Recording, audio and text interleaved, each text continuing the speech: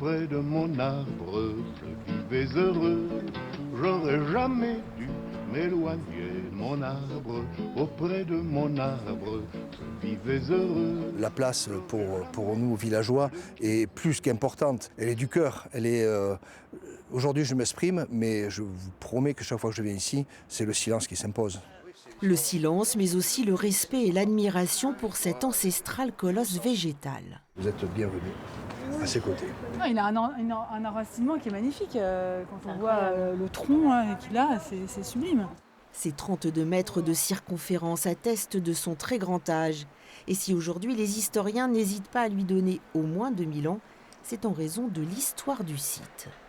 On a la quasi-certitude que forcément des Romains sont venus vivre ici, ou du moins des Gallo-Romains.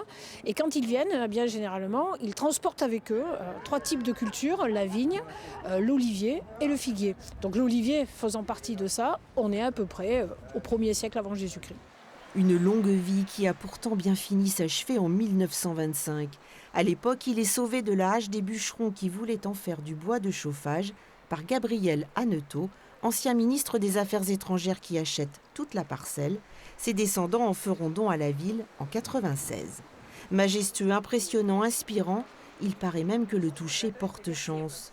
Une raison de plus de voter pour lui, pour qu'il soit élu arbre de l'année dans un concours national, ce qu'espèrent de nombreux habitants de Roquebrune-Cap-Martin.